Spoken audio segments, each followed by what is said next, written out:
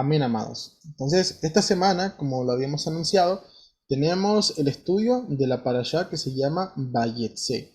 Esta ya es la séptima porción de la Torá. Ya llevamos 7 Shabbatot consecutivos estudiando la porción de la Torá. Bendito sea el Eterno que nos ha permitido llegar a este tiempo, amados. Ya estamos llegando a casi, ya pasamos la mitad del libro de Bereshit. Son 12 porciones en total. Esta ya es la número 7.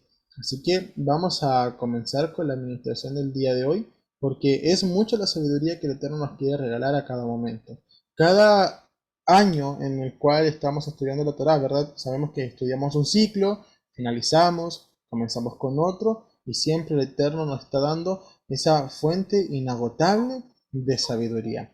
Así que vamos a comenzar, amados, con el estudio del día de hoy.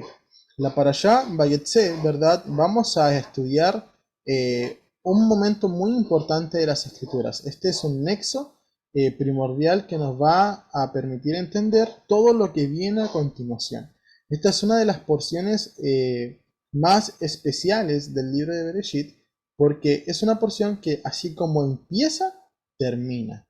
Empieza con Jacob saliendo de la tierra prometida hacia una tierra extraña, y con Jacob saliendo de una tierra extraña para regresar a la tierra prometida. Entonces, lo que es cíclico con respecto a la Torah abunda en este estudio.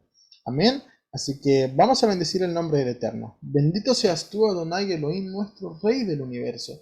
Tú que nos santificas entre todos los pueblos y nos has entregado tu Torah. Bendito seas tú, Adonai, el dador de la Torah. En el nombre de Yeshua HaMashiach, Padre, en esta hora te pedimos que tú nos seas guiando en este estudio, que sea tu Ruach HaKodesh el que nos guía a toda verdad en este momento, Padre. Pedimos que tú nos seas abriendo el entendimiento, arando la tierra de nuestros corazones, Padre, para recibir cada semilla que tú nos quieras dar en este momento, Padre.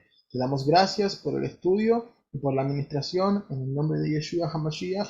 Amén y amén. Amén, hermanitos. Vamos a comenzar entonces a estudiar esta porción. Comprende del capítulo 28 del libro de Bereshit, que es Génesis, versículo 10, al capítulo 32, versículo 2. Entonces, como vemos allí en título, Vayetse, que significa y salió. Y de esta manera comienza la parashá del día de hoy. Jacob pues salió de Beersheba y se dirigió a Harán. Una de las cosas que tenemos que entender nosotros, amados, para comenzar a estudiar esta parashá es todo lo que anteriormente había sucedido. Desde la parashá Lech Lejá, ¿verdad? Que es la tercera porción de la Torá, cuando nos relata que Abraham sale de su tierra, ¿verdad?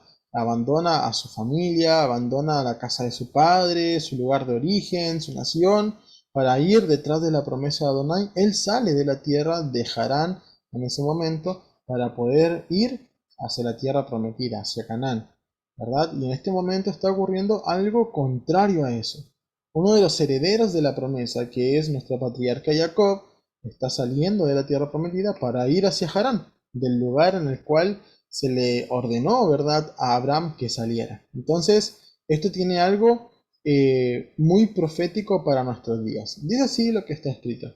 Jacob salió de Beersheba con una instrucción de parte de su padre Isaac: no tomar mujer cananea y dirigirse hacia la casa de Betuel para tomar mujer de las hijas de su tío Labán.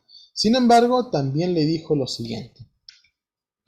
Isaac le dijo lo siguiente a Jacob: el Shaddai te bendiga, te haga fructificar y te multiplique hasta llegar a ser multitud de pueblos, y te dé la bendición de Abraham, a ti y a tu descendencia, contigo, para hacer que tomes posesión de la tierra de tus peregrinaciones, la cual Elohim ha dado a Abraham. Entonces, Jacob sale de la tierra prometida, pero sale con instrucciones y sale con promesas. En el momento en el cual Jacob salió, se le dijo: no tomarás mujer para ti de entre las cananeas, de las cuales habitan acá.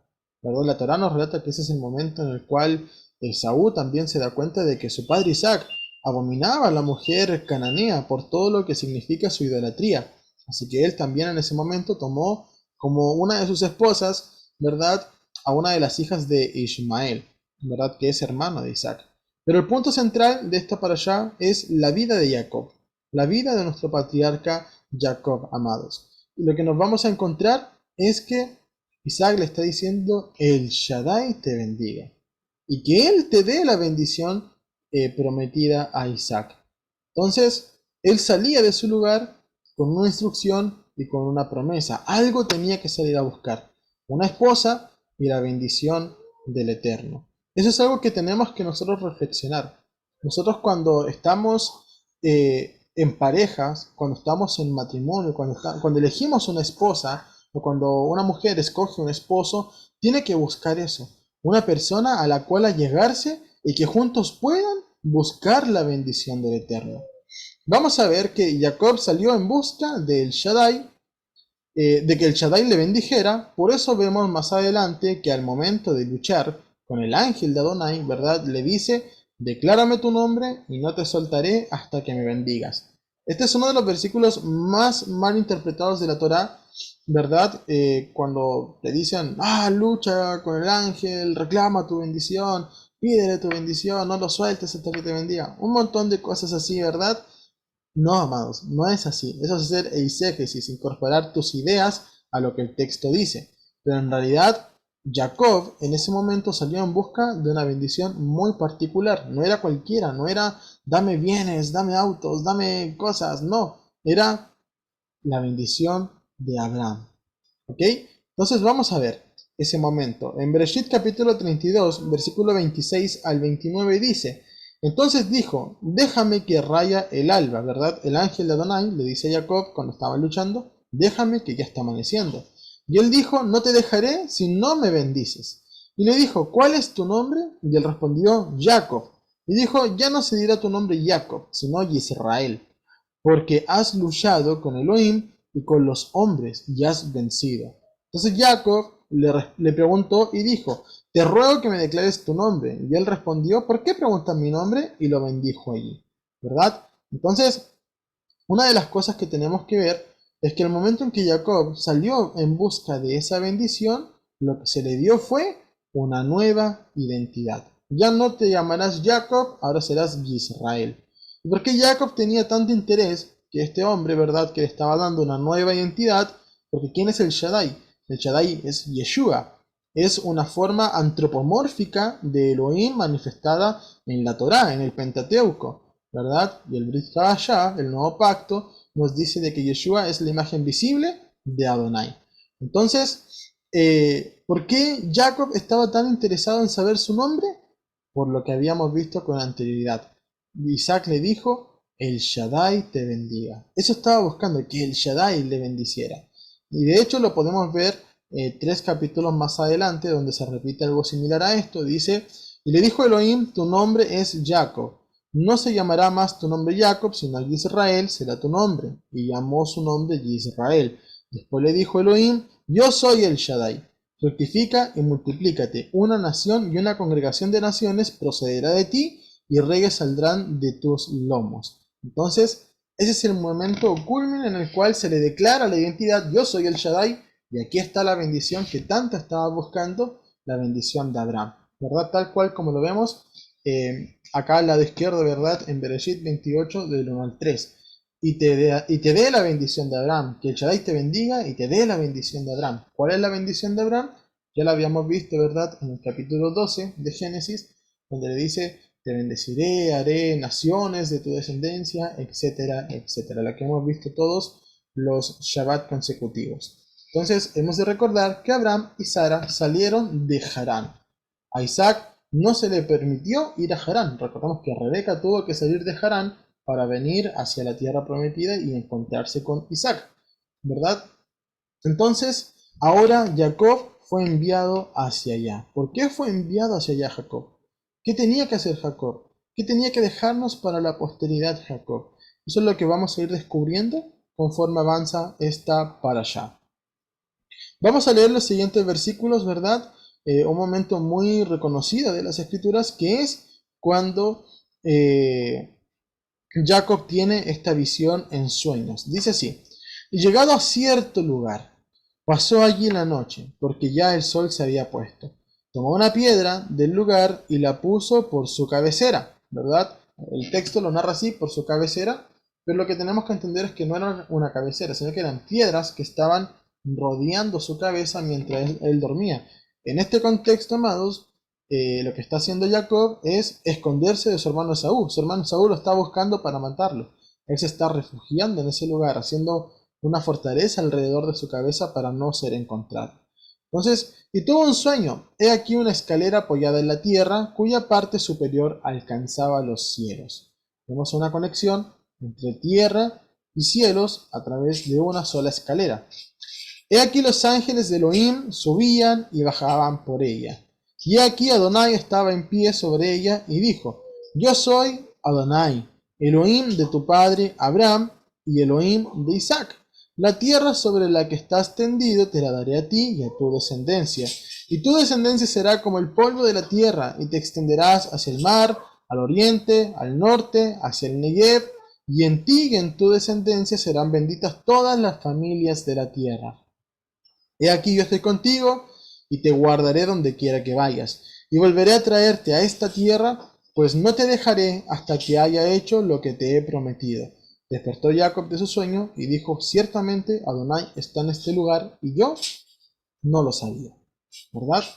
Esa es una de las cosas, amados, que nos sucede a nosotros cuando andamos por la vida con temores, cuando andamos por la vida con miedos, ¿verdad? Estamos tan ocupados en nuestros miedos, en nuestros temores, en los afanes de la vida, que finalmente no vemos que Adonai está habitando en todo lugar, que Adonai lo podemos encontrar en todas partes. Pero para este contexto, ¿verdad? Este no era cualquier lugar. Este era un lugar muy especial que lo vamos a ir viendo a través de la parashá. El sueño es una alusión directa a que esa simiente prometida de Abraham, por medio de la cual serían benditas todas las naciones de la tierra, sería la reconexión entre Adonai y el hombre. Hoy ya sabemos específicamente quién es esa simiente. Esa simiente es Yeshua. Esa simiente representa al Hijo del Hombre que, creyendo en él, ¿verdad? Todos somos hijos de Abraham por medio de la fe, tal cual como lo declara el libro de Gálatas.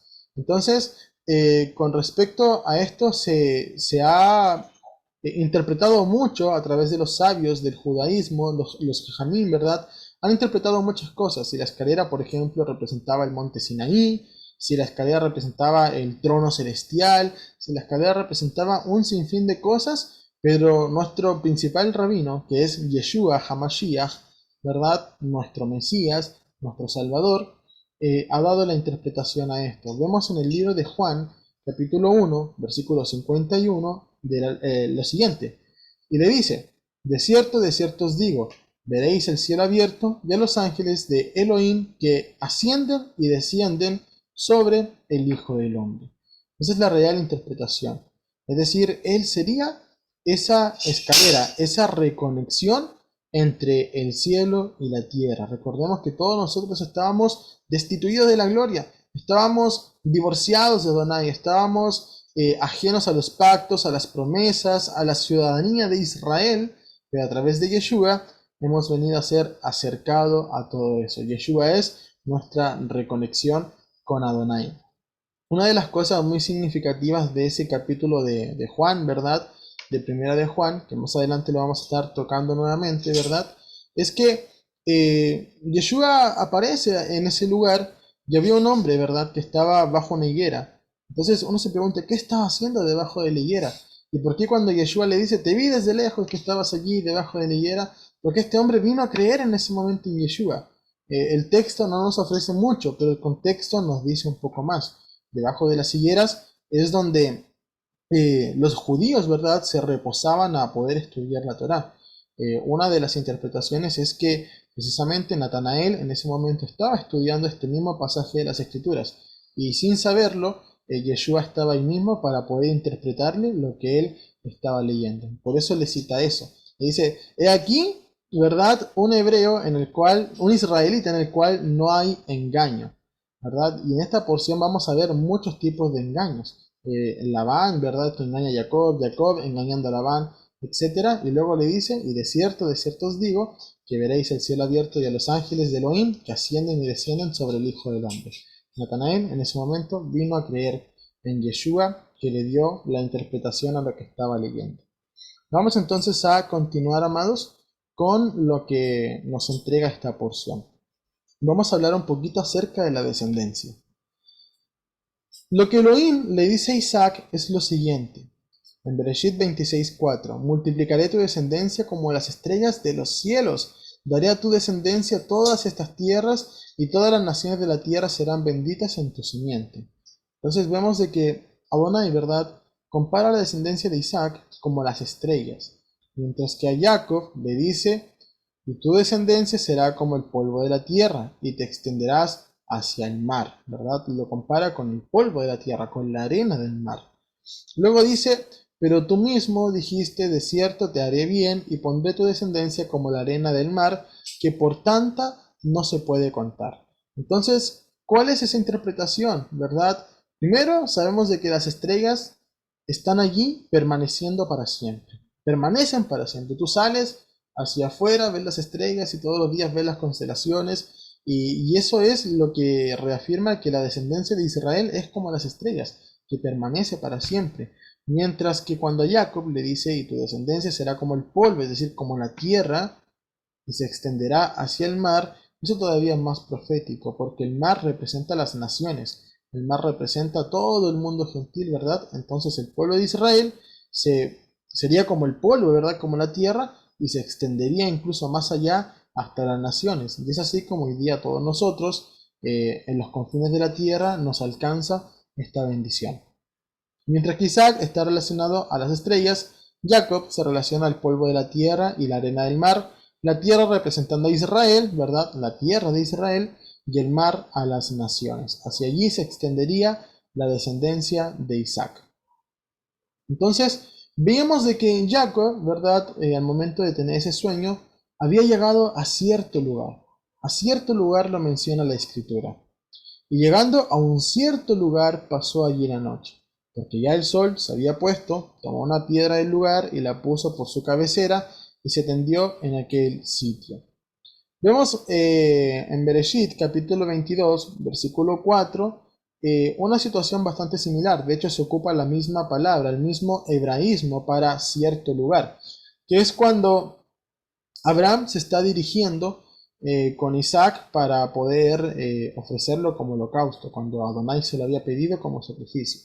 Dice, al tercer día, Abraham alzó sus ojos y divisó el lugar desde lejos. Allí la palabra que se está utilizando es Macom, la palabra Macom, que significa aposento. Entonces había llegado a Jacob a cierto aposento. Isaac y con Abraham, ¿verdad?, divisaron de lejos cierto aposento. Es la misma palabra. Entonces vamos a ver qué es lo que sucede allí. Jacob, en el lugar donde viene a pasar la noche, donde coloca una piedra como su cabecera, su fortaleza, ¿verdad?, y tuvo esta visión, es el mismo lugar donde Isaac iba a ser entregado en holocausto y que finalmente allí fue muerto un animalito en su lugar, cuando Adonai se proveyó de cordero. Entonces dice así el versículo 17 y 18. Y asustado añadió, ¡cuán terrible es este lugar! Esto no es sino casa de Elohim, ¿verdad? Betel, la palabra Bet es casa, ¿verdad? Beit, casa, él a Elohim se refiere, y puerta de los cielos. Jacob madrugó por la mañana y tomando la piedra que había puesto por cabecera, la erigió como una estela, como un monolito, ¿verdad? Y derramó aceite sobre su cúspide. Entonces, vamos a ver que lo que Jacob estaba en ese momento haciendo es una declaración futura. En ese momento, perdón, en ese lugar sería donde posteriormente se construiría el Mikdash, es decir, el templo. El templo vendría a tener parte en ese mismo lugar. Vemos lo que dice el profeta Isaías en el capítulo 56, versículo 7. Yo los traeré a mi santo monte y los alegraré en mi casa, es decir, en Betel, la casa de Elohim, de oración. Sus holocaustos y sus sacrificios serán aceptos sobre mi altar, porque mi casa será llamada casa de oración para todos los pueblos, para todas las naciones, ¿verdad? Porque recordemos que de Sion saldrá la Torá. tal cual como lo dicen los mismos profetas. Entonces, ese lugar en el cual Jacob no se había dado cuenta que estaba allí, es donde primeramente Isaac va a ser sacrificado y donde luego también sería construido el Mikdash. Bereshit 28:22 dice: Entonces esta piedra que he puesto como estela será casa de Elohim, y de todo lo que me des, de seguro apartaré el diezmo para ti. Nosotros vemos que posteriormente, ¿verdad? El libro de Devarim, Deuteronomio, nos enseña, nos explica que donde el Eterno pondría su nombre, hacia allá llevarían todos los diezmos, todas las ofrendas, todas las contribuciones, etc.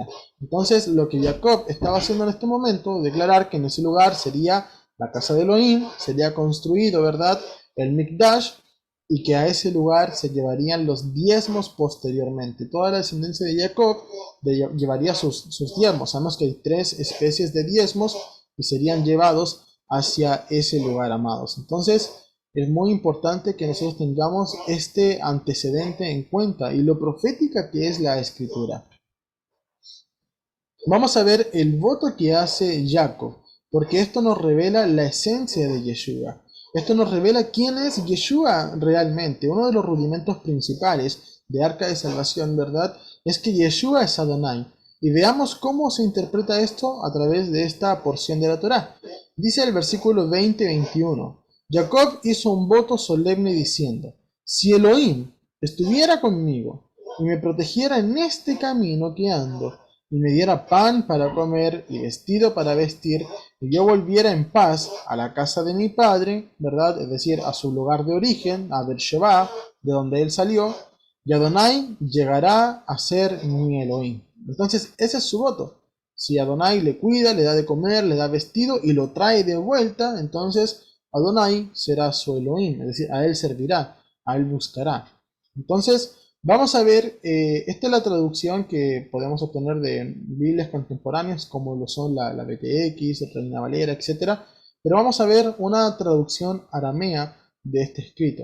El Targum de Jonatán, ¿verdad? ¿Qué es lo que es un Targum? Un Targum es la traducción aramea de las escrituras. Y esto contiene un poco de midrash, es decir, de explicación.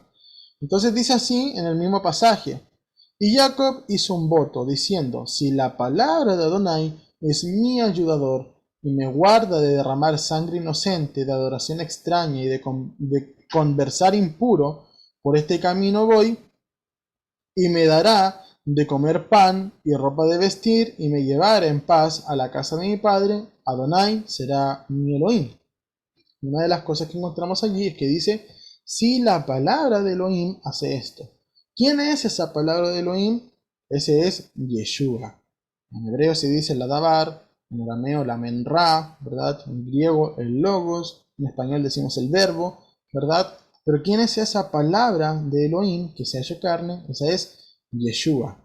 Entonces vamos a ver el otro Targum. Hay 2 que son muy populares, bueno, 3 en realidad, que son el de Jonatán, el de Onkelos, el de Jerusalén, entre muchos otros más que hay, pero los 3 más considerados kosher, limpios, aptos, ¿verdad?, son Jonatán, Onkelos y Jerusalén. Entonces vamos a ver lo que dice el Targum de Onkelos, en el capítulo 28, versículo 20-21. Dice: Y Jacob hizo voto diciendo: Si la palabra de Adonai es mi ayuda, y me guarda en el camino por donde voy, y me da pan para comer y ropa para vestir, y me lleva de nuevo en paz a la casa de mi padre, la palabra de Adonai será mi Elohim.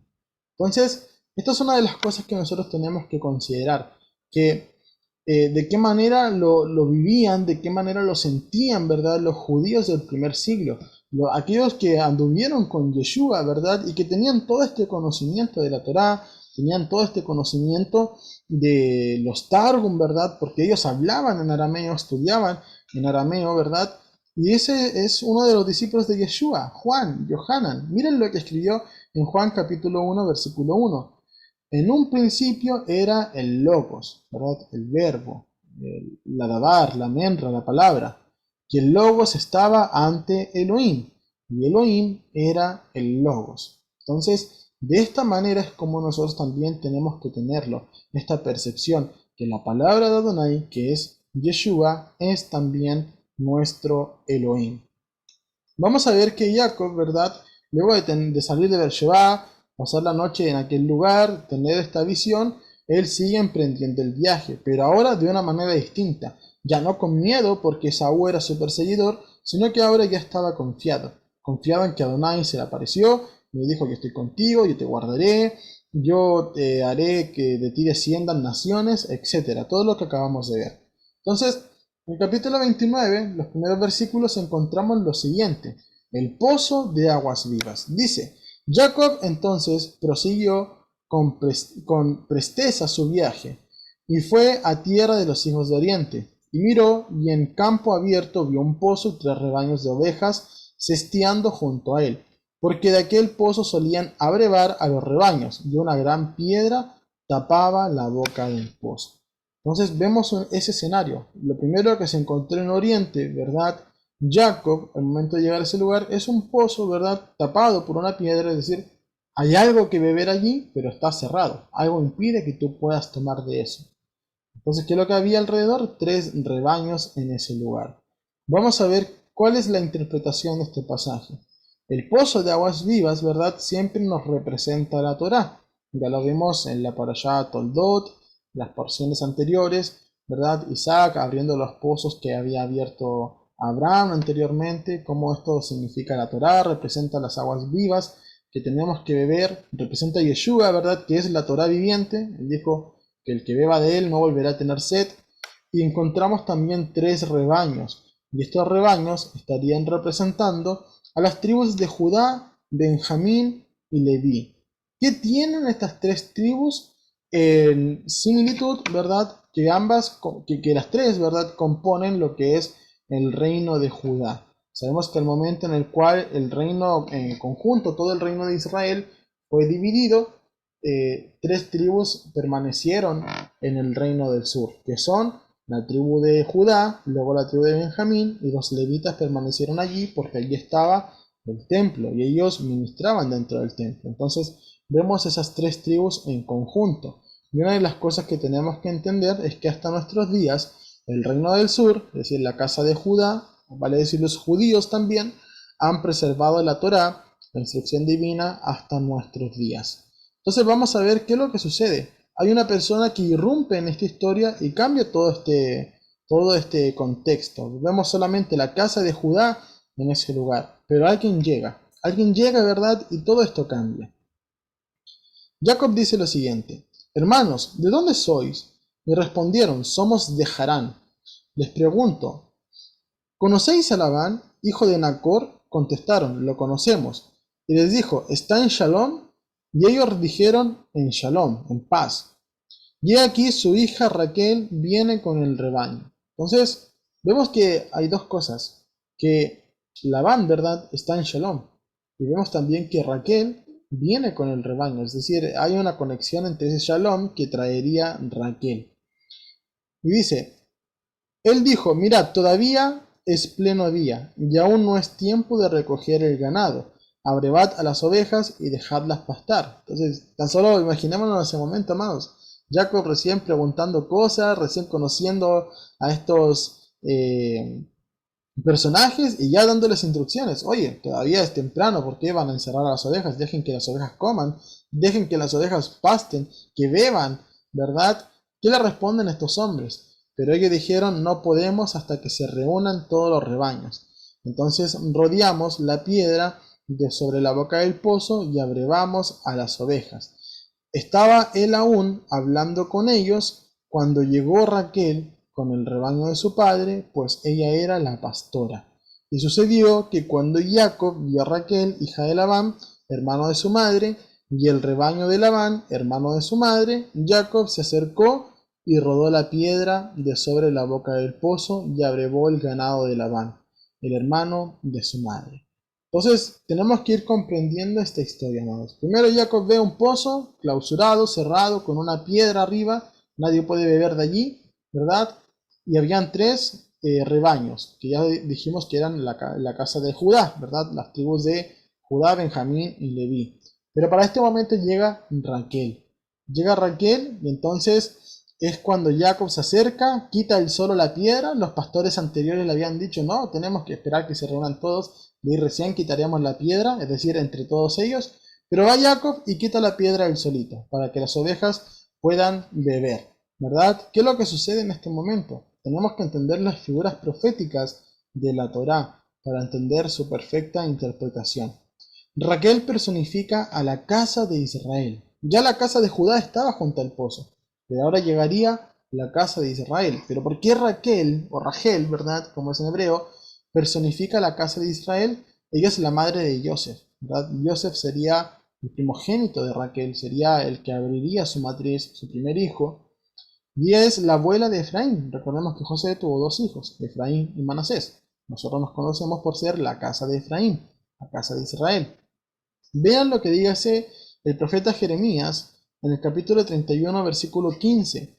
Así dice Adonai: voz fue oída en Ramá, lamentaciones y amargo llanto. Es Raquel que lamenta por sus hijos y se niega a ser consolada porque sus hijos perecieron. Esto es lo que los profetas hablaban acerca de la casa de Israel al momento que habían sido dados a la dispersión, que habían sido cautivos por Asiria para poder ser dispersos. Entonces, amados, también por contexto tenemos que entender que Raquel fue enterrada en Belén, ¿verdad? ¿Y quién nacería en Belén? Precisamente, o Beilehem, como es el nombre en hebreo, que significa casa de pan. El que nacería allí sería Yeshua, ¿verdad? Y él sería el que calmaría el lamento de Raquel, porque Yeshua ha sido enviado por las ovejas perdidas de la casa de Israel. Entonces vamos a ver a quién personifica Jacob, ¿verdad? El otro de esta historia. Si Raquel personifica la casa de Israel y Jacob personifica a quien que quita la piedra y da de beber a las ovejas. Jacob es una figura profética de Yeshua, el buen pastor. Antes que él solo vinieron asalariados. Podemos ver que Jacob miró como asalariados a los pastores de ese lugar, porque él les dice, ahí están letras rojas: mirad, todavía es pleno día, aún no es tiempo de recoger el ganado, arrebatad las ovejas y déjenla pastar. Asimismo, Yeshua dijo que todos los que vinieron antes de él eran asalariados y que solamente él era el buen pastor. Esa es una de las cosas muy especiales que entendemos al conocer a Yeshua, que es él el que nos da de beber, que es él que realmente se preocupa de que las ovejas se alimenten, que las ovejas beban, que las ovejas estén conforme a su voluntad. Entonces, Yeshua es la respuesta al llanto de Raquel, quien reúne las ovejas de Israel junto a las de Judá para que así todas puedan beber de la Torá. Nosotros hemos visto, por ejemplo, pasajes muchas veces, Oseas 1:11, donde dice que los hijos de Israel y los hijos de Judá, se volverían a congregar y que tendrían un solo líder, y ese líder es Yeshua. Así como Juan 10:16, Yeshua le dice a los judíos: tengo otras ovejas que no son de este redil, que no son de la casa de Judá, y las traeré y serán un solo rebaño y tendrán un solo pastor. Y ese es Yeshua. Entonces, este es el momento en el cual entendemos esas interpretaciones. Judá, Benjamín y Leví, la casa de Judá, ¿verdad? El reino del sur, ha permanecido junto al pozo de aguas vivas, junto a ese pozo, junto a la Torá, ¿verdad? Y sabemos que además de tener la Torá, han tenido un montón de tradiciones que muchas veces la hacen romperla. Sin embargo, al momento en el cual todo el ganado sea reunido, es decir, todo Israel, todas las tribus vuelvan a ser reunidas, Yeshua quitará esa piedra y todo el rebaño tomará agua juntos nuevamente.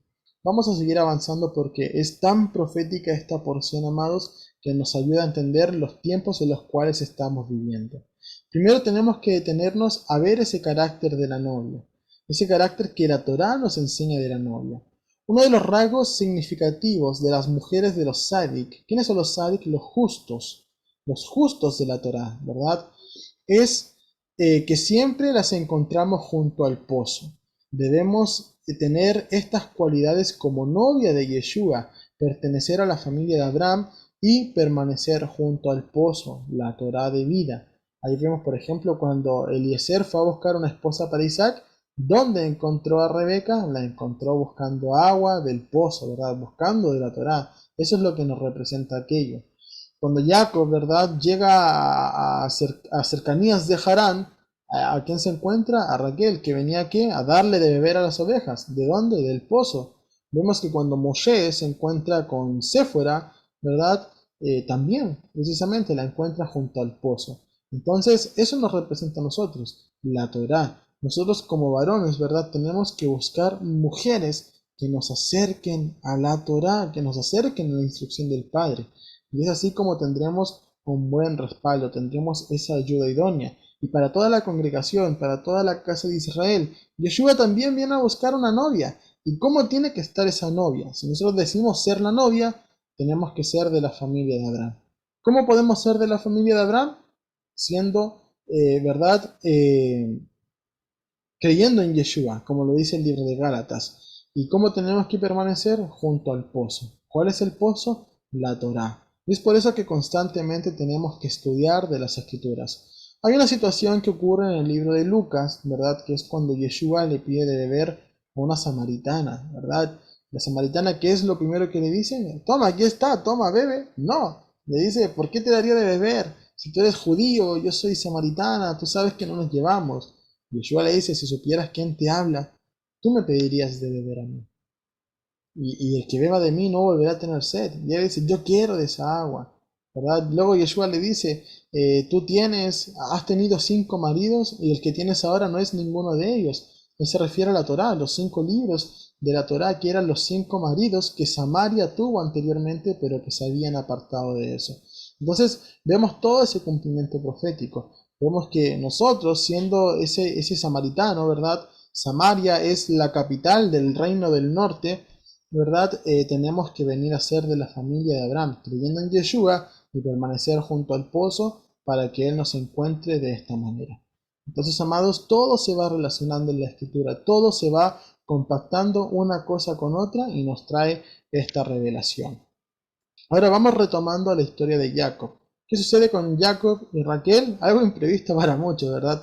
Jacob va y besa a Raquel. Dice, después Jacob besó a Raquel y alzó su voz y lloró. Y Jacob le declaró a Raquel que él era hermano de su padre e hijo de Rebeca. Entonces nosotros sabemos que realmente Jacob no era hermano de Labán, sino que era su sobrino. Esta es una relación, ¿verdad?, que muchas veces se da en la escritura. Por ejemplo, Abraham también era tío de Lot, pero también la Torá dice que eran hermanos. Entonces, una de las cosas que podemos entender también es que Labán era un engañador. Conocíamos a Labán por ser un engañador. Y Jacob precisamente sale de la casa de su padre luego de un engaño, luego de hacerse pasar por Esaú. Entonces, por eso es que se está poniendo en igualdad de condición.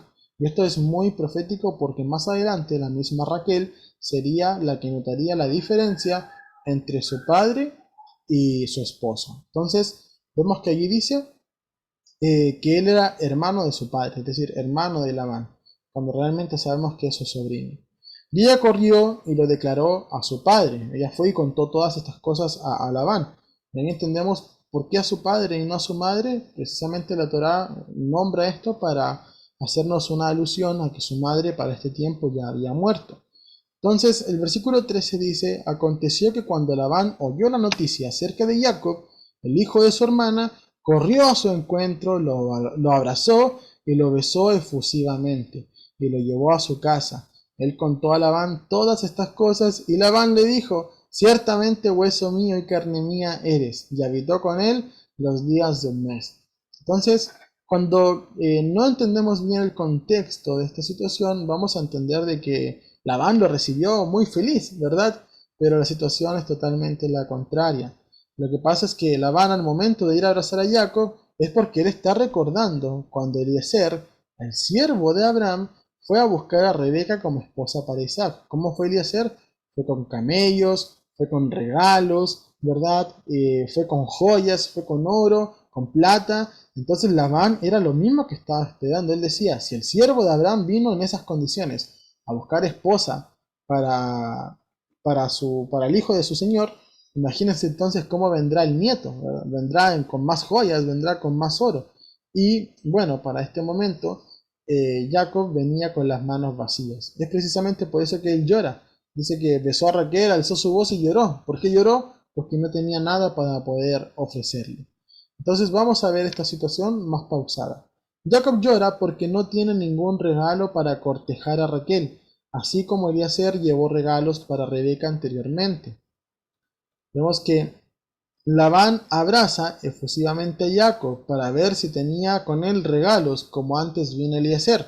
Una vez Jacob contó todo lo que le ocurrió, Labán lo hospeda por ser familia un mes. Es decir, antiguamente tú a un familiar lo podías hospedar un mes, ¿verdad?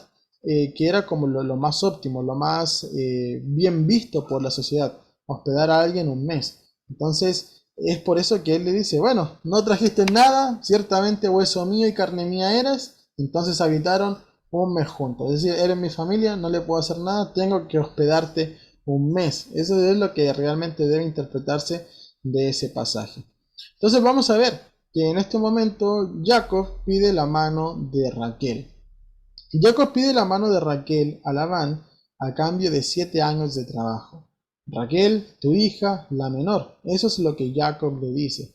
Y es por eso que tenemos que entender a Labán como un engañador. Porque Jacob, al momento de pedir su mano, es muy específico. Le dice, quiero la mano de Raquel. ¿Y por qué le dice luego tu hija y luego la menor? Porque Jacob, al decirle, te trabajaré 7 años por Raquel, ¿verdad? Labán, ¿qué podía hacer? Ir a buscar otra Raquel. Así de engañador era. Ir a buscar otra Raquel y se la entregaba. Luego, ¿qué es lo que hizo Jacob? Le dijo, tu hija. O sea, Raquel, tu hija. Entonces, ¿qué es lo que pasa? Que luego le vuelve a firmar la menor. ¿Por qué la firma la menor? Porque Labán iba a hacer precisamente eso. Jacob tenía miedo de que Labán pudiera cambiarle los nombres. A Lea ponerle Raquel y entregarle a Lea, y a Raquel ponerle Lea y hacer todo un cambalache, como se dice. Entonces es por eso que Jacob le especifica todo. Dice Raquel, tu hija, no otra Raquel, y de tus hijas la menor. Es decir, esa es la que te estoy pidiendo. Te lo doy con lujo de detalle. Vemos que más adelante no serviría de nada porque Labán de igual manera buscaría el método de poder engañar a Jacob. La Torá describe a Raquel como hermosa de apariencia, mientras que Lea de ojos alicaídos, es decir, de semblante débil, que los sabios de la Torá, ¿qué han interpretado a través de esto? ¿Por qué Lea tenía los ojos alicaídos? Y lo interpretan porque tanto Rebeca, como tuvo 2 hijos, y Labán tuvo 2 hijas, estaban predestinados a poder unirse en matrimonio. Lea, siendo la mayor, tendría que unirse al mayor, que era Esaú, y ya sabemos cuál era el carácter de Esaú. Entonces Lea lloraba amargamente cada día porque le correspondería por esposo Esaú, y por eso sus ojos ya estaban tan alicaídos por llorar y clamar al Eterno que no fuera así. Vemos que esa es la interpretación de los sabios del judaísmo, ¿verdad? Y tiene bastante coherencia con el contexto de la época. Es decir, Labán estaba esperando que sus hijas se unieran con los hijos de Rebeca y Jacob, perdón, de Rebeca y Isaac. Entonces Labán engaña a Jacob, ¿verdad? Cuando ya Jacob le dice, aquí he trabajado, entrégame a mi esposa, Labán se las ingenia, ¿verdad? Ustedes ya han estudiado esta porción y finalmente le entrega en vez de Raquel a Lea como su esposa. Vemos que el capítulo 29, en el versículo 25, dice lo siguiente. Y llegada la mañana, he aquí era Lea. Y le dijo a Labán, ¿verdad? Jacob va a pedir explicación y le dice, ¿qué es esto que has hecho conmigo? ¿No te serví por Raquel? ¿Por qué me has engañado?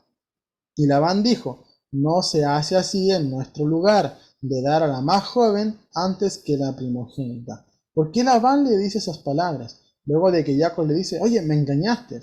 Labán le está diciendo, bueno, tú también engañaste a tu padre, y en este lugar damos primero a la primogénita y luego a la más joven, ¿verdad? ¿Por qué? ¿Qué había hecho Jacob anteriormente? Había él tomado la primogenitura siendo el menor. Entonces Labán está trayendo este pecado en cara. Entonces Jacob siente en su propia piel el engaño que realizó su padre cuando siendo menor tomó la primogenitura. Esto nos hace entender, amados, que todo aquello que podamos sembrar, finalmente vamos a cosechar. Entonces es mejor que seamos obedientes a la palabra y que sembremos obediencia para que es lo que cosechemos a futuro. Jacob trabajaría entonces 7 años más para tomar por esposa a Raquel también, porque esa era la que él deseaba, esa era su amada con la cual él quería estar. Vamos a ver que el vientre de Raquel sería cerrado y el de Lea no. ¿Por qué sucede esto? ¿Por qué el vientre de Raquel sería cerrado? porque Raquel era mucho más amada. Dice la Torá que Raquel era mucho más amada que Lea, incluso la Torá dice que era la no amada, la no deseada, ¿verdad? Entonces, ¿qué es lo que hace el Eterno? El Eterno trata de cierta manera, equiparar ese amor. Vemos que Raquel era muy amada por su esposo, entonces Lea estaría en desventaja, pero al tener sus hijos, sería muy amada por sus hijos, lo cual compensaría esa falta de amor de Jacob por ella. Entonces vamos a ver que Lea concibe cuatro hijos, que son Rubén. Rubén sería el primogénito, y Rubén significa mirad un hijo, ¿verdad? ¿Por qué es esa expresión? Porque Rubén sería el primogénito. Y Lea lo que está queriendo decir es que mirad un hijo, con este no va a pasar lo mismo que sucedió con Esaú, que era el primogénito. Entonces, luego tiene a Shimeón, ¿verdad? Que significa el que escucha, porque Adonai ha escuchado que ella era despreciada. Luego tiene a Leví, que significa adherido, y a Yehudá, que significa agradecer. Eso tenemos que entenderlo, no es Yahudá o Yahudá, como muchas veces se interpreta, es Yehudá. Entonces, ¿qué podríamos interpretar de todo esto? Mirad un hijo, el que escucha, adherido a agradecer a Adonai. Porque eso significa Yahudá, agradecimiento a Adonai. Y concibió una vez más y dio a luz un hijo. Esta vez alabaré a Adonai o agradeceré a Adonai y por lo tanto llamó su nombre Yehudá y dejó de concebir. Entonces, ese fue el momento en el cual momentáneamente Lea, ¿verdad?, deja de concebir hijos. Sabemos que más adelante volvería a concebir más. Y es de ahí donde podemos ver a los patriarcas de cada tribu, Rubén, Shimeón y la tribu de Leví junto con la tribu de Judá. Vamos a seguir avanzando entonces, amados, y vamos a entender un poquito de contexto escritural del capítulo 30. Es muy necesario que nos detengamos un poco. Quizás de aquí no vamos a sacar mayor interpretación, pero sí vamos a tener contexto escritural para entender el nacimiento de nuestros patriarcas. Esto es muy importante para entender nuestra identidad. Dice, Raquel entrega a su sierva Bilhá, ¿verdad? O Bilha, que significa tímida. Se la entregó a Jacob para concebir a través de ella. Nosotros vemos que anteriormente había ya un antecedente de esto en la familia, cuando Sara, ¿verdad? Sarai entrega a su sierva Agar para concebir a través de ella. Dirá, ella parirá en mis rodillas, es decir, sus hijos serán como si fueran los míos. Y es por eso que entrega a su sierva a Jacob. Dice, para concebir a través de ella. Así tuvo a Dan que significa juzga, juzgó, porque Elohim me ha juzgado y ha oído mi voz. Eso fue lo que dijo Raquel.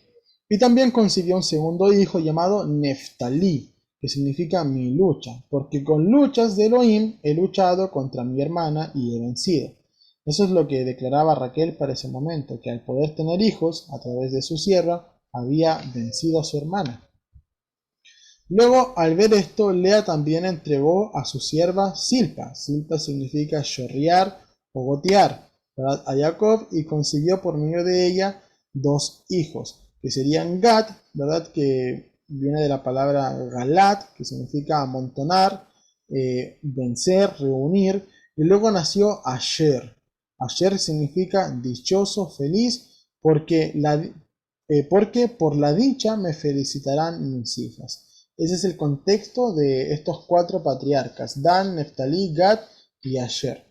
Luego vamos a ver una situación muy curiosa que también nos dejará mucha enseñanza, amados. Porque Rubén, sabemos que Rubén es el primogénito de Jacob, el hijo que tuvo con Lea, dice, trajo del campo mandragoras. ¿Qué es lo que eran mandragoras? Se conocían como unas plantas. A día de hoy dicen que son los jazmines.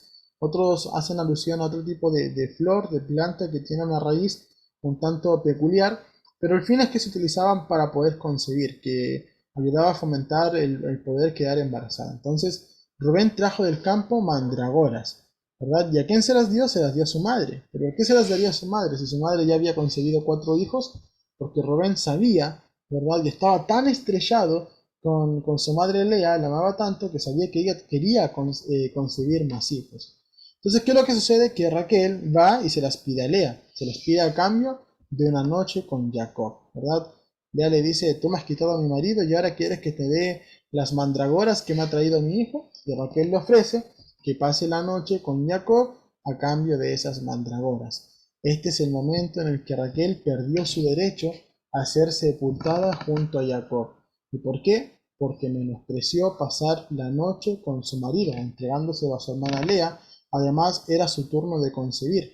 Vemos que esa noche, ¿verdad? Jacob pasa la noche con Lea y Lea concibió el lugar de Raquel. Finalmente vemos que en la cueva de Macpela, la que es sepultada allí es Lea junto a Jacob y no es Raquel, sino que Raquel fue sepultada en Belén. Entonces, eso es muy importante, no menospreciar al marido, no menospreciar al esposo por querer hacer las cosas a nuestra manera. Así es que Lea concibe el quinto hijo para Jacob y su nombre sería Gisacar, lo cual significa recompensa, porque Elohim me recompensó por entregar mi sierva a mi esposo. Eso fue lo que pensó Lea. Como ella entregó a su sierva Silpa, Elohim la estaba recompensando con otro hijo más que sería Isacar. Luego concibió un sexto hijo llamado Zabulón. Zabulón significa morar, porque esta vez mi marido habitará conmigo. Es decir, para este contexto, las esposas tenían sus tiendas y el marido, conforme a su deseo, elegiría con qué esposa pasar la noche. Entonces, ella al tener 6 hijos para Jacob, ella dijo, ahora sí que él va a querer morar conmigo, y por eso le puso Zabulón, o Zabulón, como lo hemos conocido en español. Entonces, por último, consiguió una hija que sería Dina, y Dina, al igual que Dan, se relaciona con juzgar. Entonces Elohim se acordó de Raquel, y abrió su vientre. Elohim ha quitado mi vergüenza y parió a Yosef. Yosef, ¿qué significa? Agregar. ¿Por qué significa agregar? Porque en ese momento, al parir a Yosef, Rachel dijo que Elohim agregue otro, es decir, que me dé otro hijo más, y de esa manera mi vergüenza será quitada. Entonces, hasta este momento vemos 11 de los 12 patriarcas. Todavía quedaría pendiente el nacimiento de Benjamín. Para que podamos tener un marco más gráfico de lo que acabamos de ver, ahí entendemos las 12 tribus de Israel. Los 12 hijos de Jacob están en morado, ¿verdad? O en violeta. Los hijos que tuvo con Lea, en amarillo o anaranjado, los hijos que tuvo con la sierva de Lea, que era Silpa.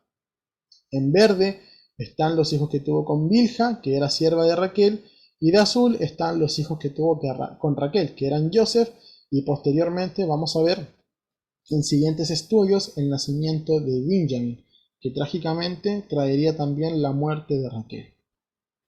Entonces, vamos a ver que para este momento Labán hace un trato con Jacob. Jacob ya quiere partir del lugar de Labán. Dice, Jacob al cumplir su contrato, es decir, ya había trabajado 7 años por Lea, 7 años por Raquel, ¿verdad? Le dice, le declara que ya se quiere marchar, pero Labán le responde lo siguiente. Si he hallado gracia a tus ojos, he percibido que Adonai me ha bendecido por tu causa. Eso es lo que Labán le dice. Lo que nosotros tenemos que estudiar es cómo Labán va a percibir cosas de parte de Adonai siendo un engañador, dedicándose a engañar. ¿Verdad? Sabemos de que los árboles son conocidos por sus frutos. Una persona que tiene frutos de engaño no puede percibir nada de Adonai. Entonces, esta expresión es Nahash, de he percibido. Y Nahash significa adivinar, agorero, conjuro, etc.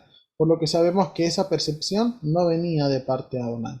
Es así como vemos que incluso hasta el enemigo puede ver nuestras bendiciones cuando nosotros somos hijos del Eterno. Él sabía que su bendición venía por estar manteniendo en su lugar a un ungido de Adonai.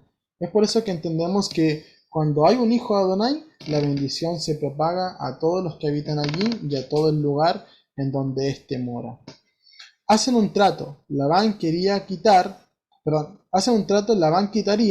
todo animal que apacentaba Jacob que fueran de coloración inusual, quedando con solo los de color normal.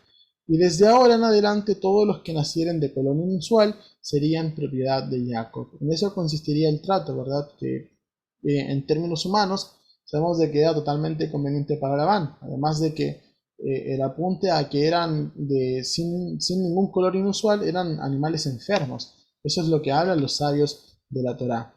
Jacob emplea técnicas con las cuales, con algunas varas que las colocaba en los abrevaderos, ¿verdad? Para estimular el celo del ganado, y ve que va obteniendo ganado moteado. De esos animales que eran totalmente blancos, obtiene ganado moteado, con argollas, con manchas, etcétera, y estos los separa del ganado de Labán. Eso es lo que tenemos que entender, que causa una separación entre lo que es de Labán y lo que es de él. Lo de Labán lo coloca a la cola, lo coloca hacia atrás, y lo que es de él finalmente lo coloca hacia adelante. Y fue mucho más prosperado que su suegro.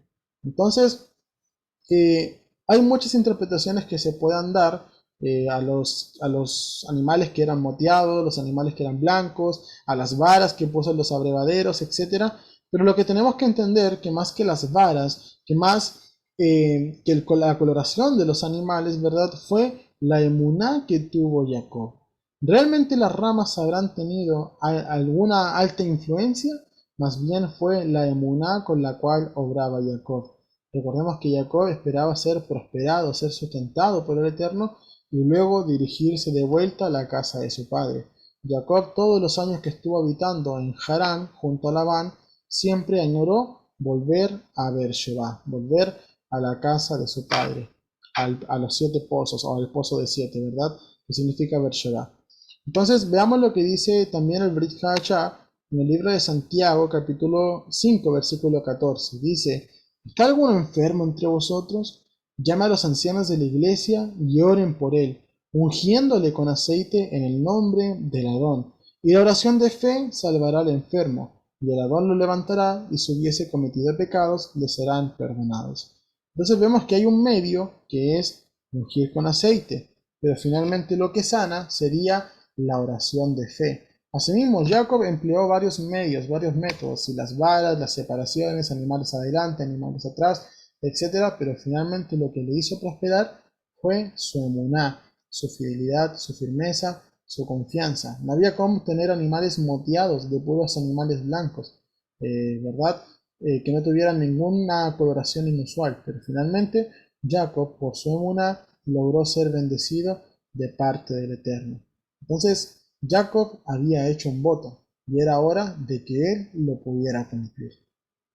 Dice así: al ver que ya Labán no era igual que antes con él, y burlándose al cambiarle decenas de veces su salario, ahí la Torah dice 10 veces le cambió el salario, pero la interpretación más correcta es 10 veces 10, entonces decenas de veces le cambió su salario. Jacob finalmente decide marcharse. Vemos que en el capítulo 31 Adonai le habla a Jacob y le pide que le cumpla el voto. Le dice: vuélvete a la tierra de tus padres y a tu parentela, y yo estaré contigo. Yo soy el Elohim de Betel, donde ungiste la estela y donde me hiciste un voto. Levántate ahora, sal de esta tierra y vuélvete a la tierra de tu nacimiento. Ahí vemos de que le dice totalmente lo contrario a lo que le dijo a Abraham. Cuando Abraham estaba en Harán, ¿verdad? En Harán, el Eterno le dice: sal de tu parentela, sal de tu país, deja la casa de tu padre y vete a la tierra que yo te mostraré. Ahora Jacob, estando en el mismo lugar, le dice: vuélvete a la tierra de tus padres, de tu parentela, yo estaré contigo, ¿verdad? Y vuélvete a la tierra de tu nacimiento. Entonces, esa es la premonición que el Eterno nos hace a nosotros también. Nosotros que somos descendencia de Jacob, que somos descendientes de Israel, nos dice que nos volvamos a ese lugar de nuestro nacimiento, que nos volvamos hacia Él, que nos volvamos a su Torah, que volvamos a ser obedientes a su palabra. Entonces, cuando le dice: yo soy el Elohim de Betel, es decir, de casa de Elohim, donde Jacob ungió la estela, le está trayendo a la memoria el voto que él hizo. ¿Y cuál fue el voto que hizo Jacob? Jacob hizo un voto solemne diciendo: si Elohim estuviera conmigo y me protegiera en este camino que ando, y me diera pan para comer y vestido para vestir, y yo volviera en paz a la casa de mi padre, Adonai llegará a ser mi Elohim. Entonces, eso es lo esencial, amados, que Adonai cumplió esto y con creces, y todavía mucho más le prosperó. Y ahora llegaba el tiempo en que Jacob también tuviera que cumplir. Esta es la orden que Adonai le dio: vuélvete, cumple el voto, vuelve y yo seré tu Elohim, anda delante de mí. Y eso es lo mismo que nos espera a todos y cada uno de nosotros, que podamos volvernos hacia Elohim. Él nos sustenta, Él nos mantiene, y es momento de que nosotros también cumplamos nuestras promesas y servirles como Él se lo merece, siendo nuestro Elohim y nosotros haciendo su voluntad. Miren lo que dice Rachel y Lea. Recordemos que cuando Jacob se le presenta a Raquel, que le dice, yo soy hermano de tu padre, es decir, somos iguales, los dos somos engañadores, es lo que Jacob le trataba de decir. Pero Rachel y Lea ahora, ¿verdad?, habían notado una diferencia entre su padre y su esposo, además entre los ídolos de su padre y el Elohim de su esposo, el Elohim de Jacob. Dice el versículo 16, porque toda la riqueza que Elohim despojó a nuestro padre es nuestra y de nuestros hijos. Ahora pues, haz todo lo que Elohim te ha dicho. Eso es lo que todo hombre necesita de una mujer como su ayuda idónea, que te fomente a hacer la voluntad de Elohim. Entonces, esto es crucial que nosotros lo entendamos. Raquel reconoce el poderío de Elohim al decirle a su esposo, haz tal como Elohim te lo ha dicho. Esto es importante que lo entendamos para entender lo siguiente. Dice, Jacob prepara a su familia para marcharse, sin embargo, mientras Labán trasquilaba sus animales, vino Rachel y robó los terafines, ¿verdad?, que son ídolos pequeños, pequeñas figuritas, estatuas. Si usted todavía las tiene en sus casas, también es momento de despojarse de ellas porque de allí provienen, ¿verdad? Entonces robó los terafines de su padre. Los jajamín, es decir, los sabios, señalan que esto Raquel no lo hizo con la intención de llevarse ídolos con ella, como muchas veces pensamos, Raquel se quiso llevar los ídolos de su padre. No, sino más bien de alejar a su padre de la idolatría, pues recién había reconocido a Elohim, al Elohim de su esposo, como poderoso. Entonces Raquel en realidad no quería llevárselos, esos ídolos, para idolatrarlos, sino que quería alejar a su padre de esa idolatría. Entonces, Jacob, ¿qué es lo que hizo? Obedeció la palabra del Eterno, pero engañó a Labán. No le dijo que él se iba, se fue sin decir nada. Entonces Labán se enteró 3 días después que Jacob había emprendido la marcha, y lo siguió 7 días. Sin embargo, Adonai se le apareció en sueño, diciéndole, guárdate de hablar a Jacob ni bien ni mal. Entonces Adonai por el camino le iba cuidando a Jacob. Pero este es el momento en el cual tenemos que preguntarnos algo. Veamos lo que Labán le dice a Jacob cuando lo alcanza. Le dice, ¿qué hiciste para defraudar mi corazón y conducir a mis hijas como cautivas a espada? ¿Por qué te escondiste para huir y me defraudaste? Si me engañaste, es lo que Labán le está diciendo. Y no me avisaste para despedirte con festejos, cantares, con tamboril y cítara. ¿Verdad? Sabemos de que eso Labán obviamente no lo hubiera hecho. Labán le hubiera quitado todo y no le hubiera dado nada a Jacob, ¿verdad? Pero dice, ni siquiera me has dejado besar a mis nietos y a mis hijas. Has actuado de manera insensata. Eso se lo está diciendo Labán a Jacob, con todo el prontuario de Labán que ya conocemos. Entonces, es momento de que nos hagamos la siguiente pregunta. ¿Es posible ser obediente a la palabra del Eterno y aún así no hacer su voluntad? Veamos lo que dice el versículo 20. Y Jacob engañó el corazón de Labán, el arameo, al no avisarle que se iba. Entonces, esa es la pregunta que quisiera plantear, y algunos hermanos que quieran participar en su respuesta, si gustan, levanten la mano para que puedan participar. ¿Es posible obedecer la palabra del Eterno y al mismo tiempo no estar haciendo su voluntad? Recordemos, el Eterno mismo fue el que le dijo, márchate, vete de este lugar. Pero había sucedido otra situación. Amén. Mi hermana Giseiri tiene la manita levantada. Amén, hermano. Realmente yo creo que sí, se puede estar haciendo la voluntad y, o sea, obedeciéndole, pero no haciendo su voluntad. Yo creo que sí, que se puede. Esto lo vemos que hay muchas personas, por ejemplo, que guardan la ley, guardan muchas cosas, pero realmente su corazón lo hace como por rutina o por, o por hacerlo, pero realmente no lo siente. Es cuanto. Amén, hermanita. Muchas gracias por su respuesta. Mi hermano Josu también tiene la manita levantada. Shabbat Shalom, mis queridos hermanos. Mi hermano Javi, yo creo que Jacob conocía el carácter, la personalidad del Eterno, y por eso yo creo que de cierta forma, o sea, lo que dice, el que dice que me conoce y no guarda mis mandamientos, o sea, recordemos que los mandamientos vienen siendo la voluntad del Padre, es un mentiroso. Entonces, yo creo que Jacob, conociendo el carácter o lo que el Eterno quería, y con ese versículo que me llegó, yo dije como que lo pongo como en cierta duda, no sé, no puedo decir ni sí ni no, pero ahí me confronta. Amén, amén, mi hermano. Amén. Entonces, vamos a responder a esta pregunta. Creo que alguien más había levantado la mano. Sí, mi hermano Sí, Máximo. sí, Hermano amén. Amén. Adelante, hermano. Sí, por como yo lo entendí, la pregunta, o sea, si podemos ser, si puedes repetir la pregunta para... Sí, la pregunta era si podemos obedecer la palabra del Eterno y al mismo tiempo no hacer su voluntad.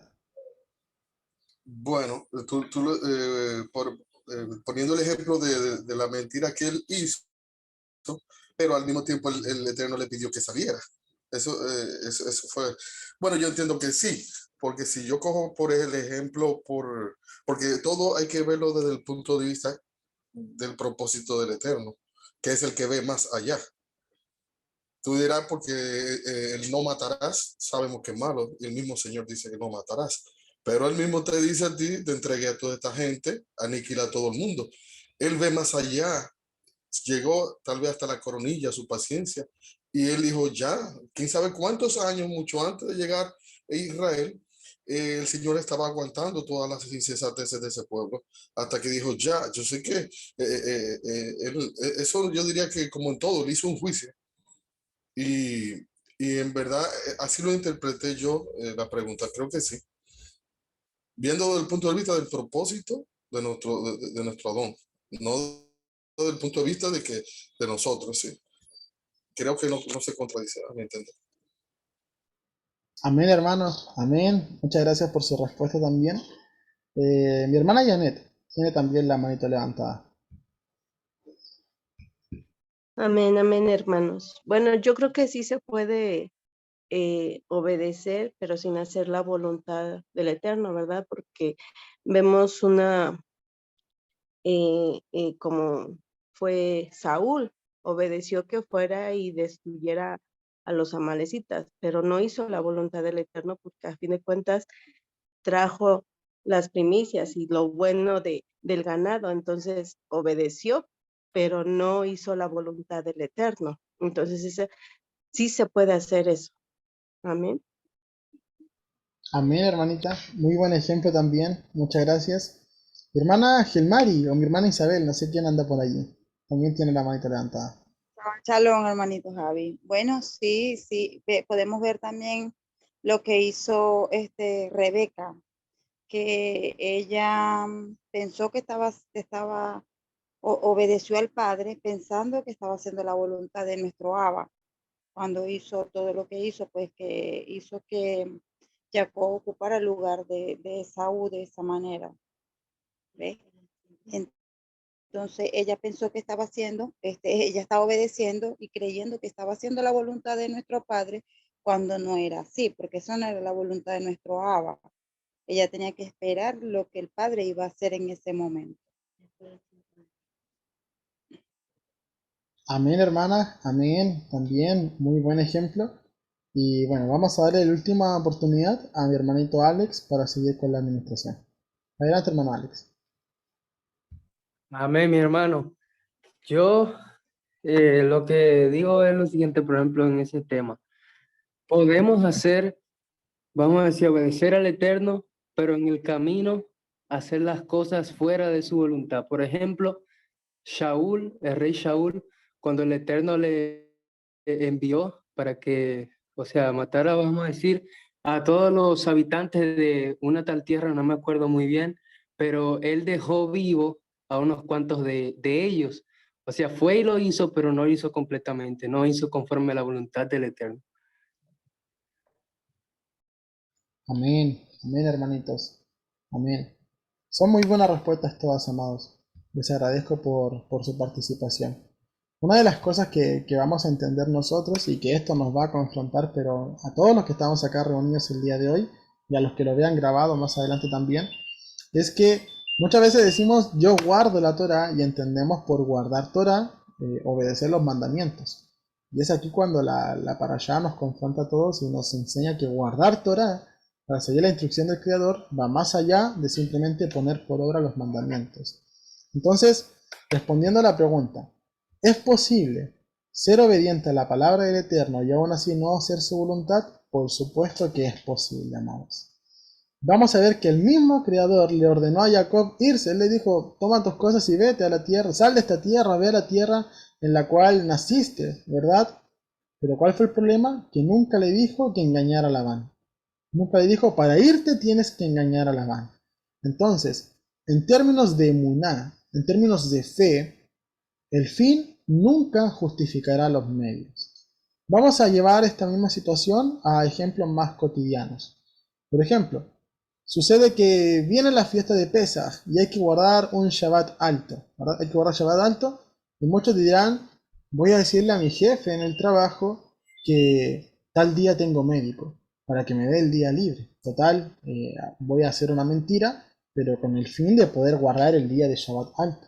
Entonces, estás obedeciendo un mandamiento que es guardar un Shabbat alto, pero por medio de una mentira que eso no es la voluntad del Eterno. Entonces, así como estas cosas, ¿cuántas veces más lo hacemos? ¿Cuántas veces más hacemos ese engaño a personas que no conocen del Eterno? ¿Verdad?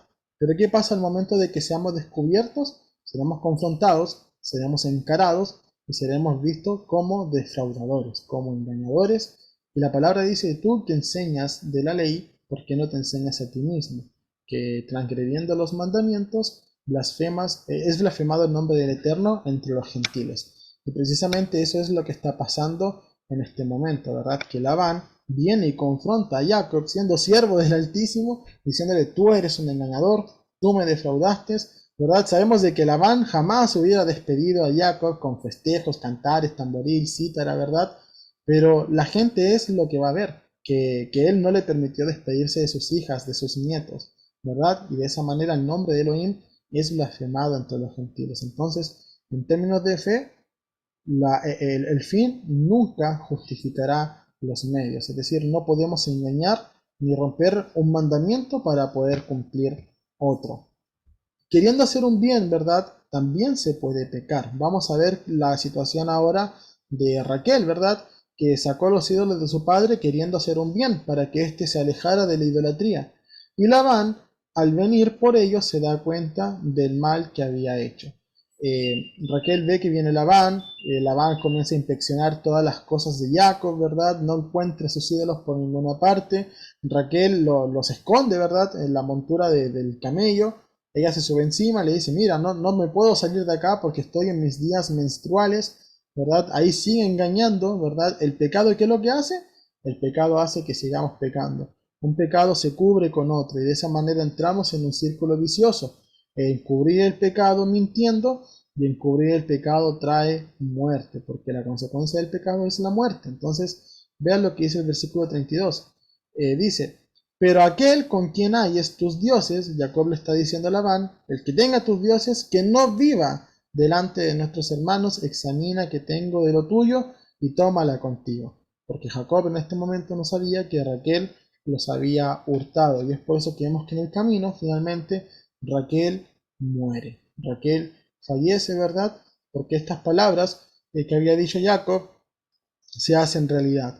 Entonces, esto nos enseña, amados, que nosotros también no tenemos que tirar palabras a la ligera, que en la palabra de nuestra boca hay poder, amados. Entonces, tenemos que tener cuidado con las cosas que decimos y las cosas que señalamos. Vamos a ir continuando, ya nos va quedando bastante poquito. Vamos a entender algo, el contexto cíclico. Esto vamos a aprenderlo en forma de metodología de estudio. Ya habíamos dicho al principio de la porción que esta porción es maravillosa, porque nos enseña, ¿verdad?, que de la manera en la cual comienza, así también termina. Vamos a ver entonces que Jacob sufre un exilio. Él tiene que irse de la tierra de su nacimiento, ¿verdad?, en el camino tiene un encuentro divino, cuando tiene este sueño, en el cual ve ángeles subiendo y bajando. Luego vamos a ver de que él unge la piedra, unge la estela allí, y hace un pacto con Adonai. Luego vamos a ver de que él ofrece su trabajo a cambio de Rachel y de Lea. Y finalmente vamos a ver que Jacob es bendecido con descendencia. Le nacen hijos de Lea, de Rachel, de Silpa, de Bilá, ¿verdad? También vamos a ver, amados, que esto ahora llegó como a un clímax y sufre su retroceso. Y el retroceso es que nuevamente Jacob es bendecido, ahora no con familia, sino que con ovejas, con rebaños. Luego Jacob trae su trabajo al recuerdo de Labán, le dice, mira, yo te trabajé tanto tiempo, tantos años, me quiero ir, ¿verdad? Vemos que Labán, cuando le persigue, finalmente hacen un monumento y pactan en ese monumento. Ahí vemos la piedra nuevamente.